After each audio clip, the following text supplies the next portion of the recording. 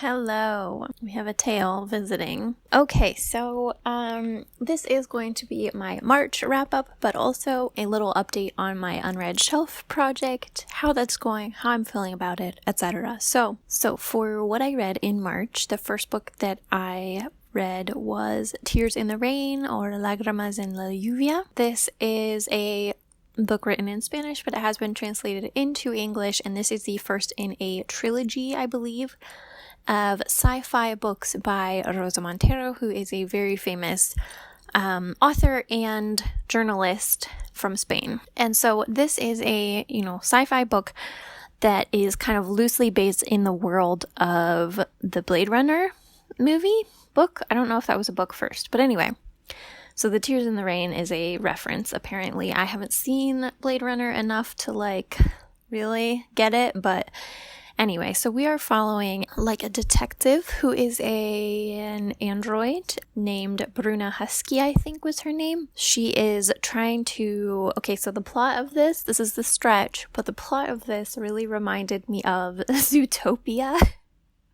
And so she's kind of trying to solve a Zootopia-esque situation where other androids are kind of losing control or doing erratic things. I listened to this book only. I did not read along with it, and it was definitely by far the most complex plot that I have listened to in Spanish, and so I definitely need to reread this before I continue with the series. I did like it, and I, understood enough of the plot to know what was going on, but the nuances of this book went completely over my head. So if the premise sounds interesting to you, definitely check it out, but I can't really give a review other than the fact that I do want to reread it, so I did like it. Then I read the second two Tea Dragon Society books, the Tea Dragon Festival and the Tea Dragon Tapestry. And I absolutely loved these as much or even more than the first one. I think the third one might have been my favorite. But yeah, I absolutely love all of these.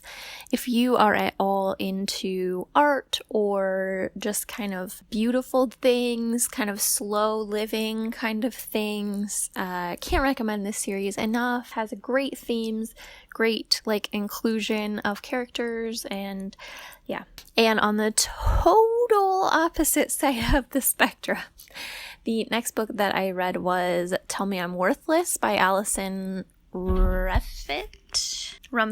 So this is a very complicated book, and I don't feel like I am a very good person to review it, but basically it is following a trans woman and her kind of ex/ex-friend, and they both had a really, really traumatic experience with a third friend of theirs at this haunted house. So that is kind of the plot, but the plot isn't really the main point of the book.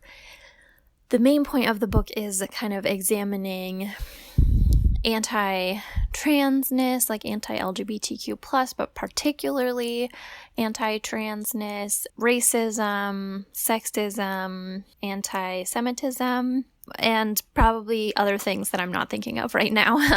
I think that this book has probably the most disturbing content of any book I've ever read, just pure themes wise. So I think major discussion points or major themes of the book were that having one or more marginalized identities does not mean that you aren't problematic in other ways, and also in particular the way that hate is internalized when you have a marginalized identity. Our characters are very, very hateful in a lot of ways. Some of it is due to internalized prejudice from other people.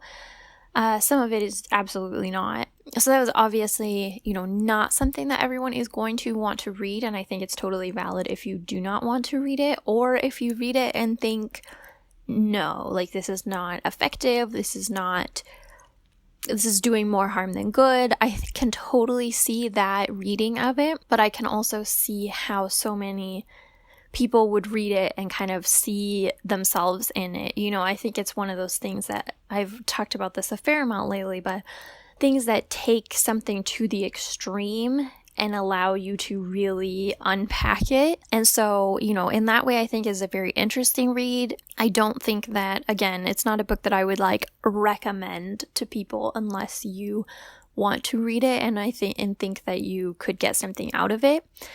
But I do think that it was definitely effective in what she set out to do. The author is trans and white and British.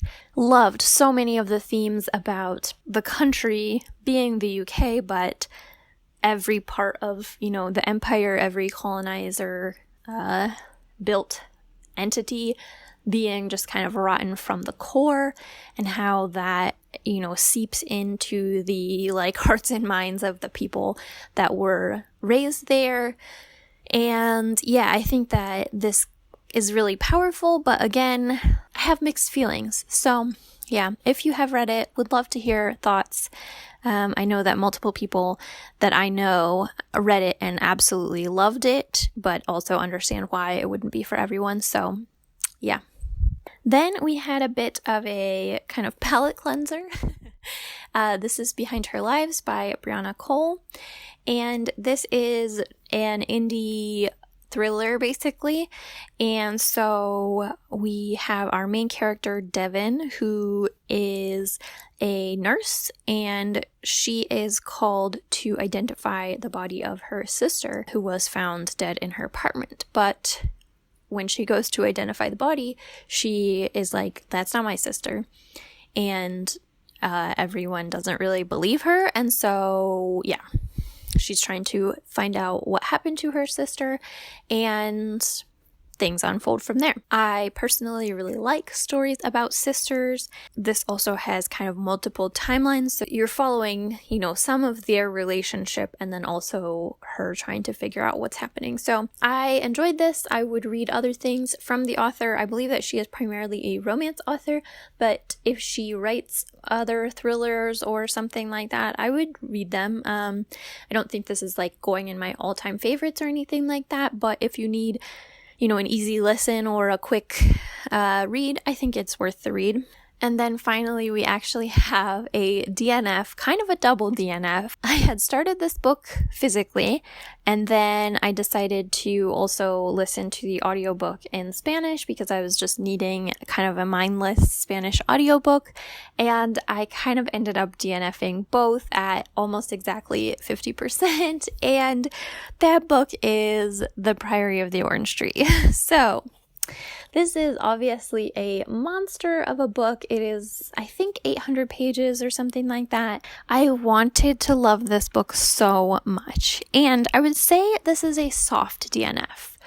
I could see myself finishing this book at some point, because I do want to know what happens actually, and I very, very rarely DNF a book when I do want to know what happened, but this book also smells really good.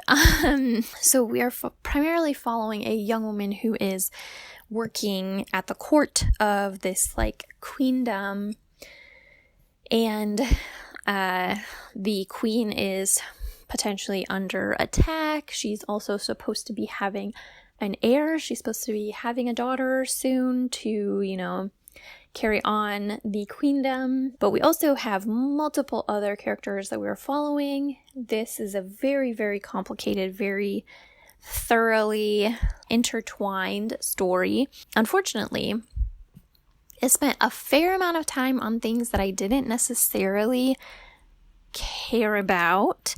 And I have seen multiple people talk about how overly descriptive this is, like how it tells and not shows.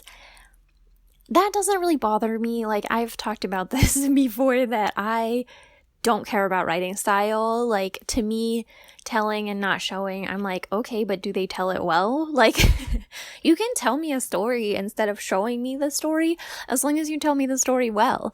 And so there were just a lot of like minute things talked about, if you cut this down to like only the plot and the world building, I think this book would be like 300, 400 pages long. There would just be a lot of things happening, characters talking to each other, characters doing all these things that I just didn't feel like actually contributed to the plot long term. And maybe they do, maybe it all comes together, but I don't think it does, because even a lot of people who have finished it said, yeah, great story, loved it, but wow, it was way too long. So yeah, I am already a short book person. Like, there's nothing I love more than a concise author. And so I'm actually a little bit surprised that I made it as far as I did. But again, I was invested. I want to know what happened. I liked many of the characters, and we were getting into stuff that I actually was really enjoying. It just was truly, I never wanted to pick this up. Even while I was reading it, I would be like, oh my God, move on. So yeah, I don't know. We'll see. Maybe I'll read it again someday. Maybe I will look up the spoilers, who knows. I did count the Spanish audiobook as a book read. I did not count this as a book read, but I listened to like 16 hours of that audiobook, and that is the length of a normal audiobook. So I was not allowing that to go to waste in my end of year Spanish books read count. So I did count that one. Okay, so the Unread Shelf Challenge is going interestingly. Let me look up my numbers here. So at the beginning of the year, including English, Spanish, and French books, I had 78 books on my unread shelf. In the past 3 months, I have read 9 of those. I acquired 5 books. I have given away, like DNF'd or donated 17, which brings me to 57 total at the end of March. The problem is I don't want that many, and I also am tired of doing this. I am at a bit of a weird point where I really don't know what to do, because I am having a weird, itchy time in which, for some reason, owning unread books is bothering me. And I don't know why it's bothering me, because I have the space for them. It is not like they're overflowing or anything. Like, I have a shelf that they all fit on and everything. There's nothing weird going on. But it feels like a weight on my shoulder to have them. I am just going to not count the French books right now, because I thought that I was going to be actively studying Spanish and French this year, but so far I am still prioritizing Spanish. I have not found a way to reliably get French into the mix, and so I am just going to be setting that aside for now, because I am not reading them. Like, I'm not even trying to read them right now. So, and the Spanish ones aren't really bothering me. I've gotten rid of the Spanish books that I'm not interested in reading at this point. So the Spanish ones aren't really bothering me. It is the English ones. I believe right now I have 24 unread English books, which any other time would seem pretty good to me. But I am considering getting rid of a lot of them, even though I want to read them, and I still plan to read them, because for some reason owning them is making me not want to read them, which is so illogical. But then, humans are illogical. The chaotic part of me wants to just get rid of all of them, but I don't want to do that. I have 5 books by Toni Morrison that, it's highly likely that I am going to want to keep and reread. Like an Elena Ferrante book, I need to finish this series. I know that I love that and want to keep it, and I wouldn't get rid of that, but I have multiple books that I am definitely going to keep, but I am considering getting rid of the rest of them, even though I do want to read them, and I fully intend to read them, but I could get them from the library. I am not super minimalistic, but I am fairly minimalistic. I live in a very, very small space, and I have to be fairly selective about the things that I have, and having a lot of things makes me anxious. I do have some hoarding history in my family, and that has made me quite antsy about keeping things. The other thing that happened that is probably factoring into this is that I completely unexpectedly became an e-reader person. Never expected that to happen. I have this little cat sticker, which is peeling off already, but did not think that this would happen. But with reading books in Spanish, I've been reading a lot more ebooks because they are obviously a lot more accessible. I realized that I didn't really dislike reading ebooks, except that I was reading them on my iPad, which is large and actually quite heavy, and not something that I feel comfortable traipsing out into the world with, like for, not breaking it reasons and it not getting stolen reasons. The problem was not the ebooks. The problem was that my ebook reading was mostly tied to like my home or the library or something like that. And so I was like, maybe I should just get an e-reader. And the other thing is that Spanish books are usually pretty expensive. I do find quite a lot at like half price books, but if I want to read a book that I cannot find secondhand in Spanish, I've never wanted to decrease my unread books because of my book spending, because I buy almost universally all of my books used, and so it's usually like $3 a book, and so it's never been a financial burden, but it could easily become a financial burden with Spanish books because I'm paying full price unless I happen to come across them at half price books. So all that to say, I bought a used iPad mini and I am living my best life. It is very cute. I love it. And yeah, so that's the other thing that's kind of fueling this is, I will always be a diehard physical book reader, especially paperbacks. I love paperbacks. Like, I'm reading La Casa de los Espíritus, and like, there is just something about a paperback. I don't know. But anyway, so I'm never going to stop reading books physically. But between the library and ebooks and some of the unread books that I do have and intend to keep, I just don't know. I don't know how many unread books I need to have at any time. And I think the answer is basically none. Yeah, I would like to get to a point where I buy books to support the author. And that's almost it, I do still love browsing a bookstore, especially a used bookstore or an independent bookstore. Love it. But again, that can be for author supporting reasons. That can be for buying books I already know I love reasons. This has just been a ramble, I think, on my philosophy of book ownership. But if you have any thoughts, feel free to leave them below. By the way, absolutely, this is only for me. Like, I fully support anyone who wants to be a book, like, maximalist. Like, if having unread books makes you happy and makes you feel like the world is full of possibilities, then go crazy. Like, I love it. Absolutely.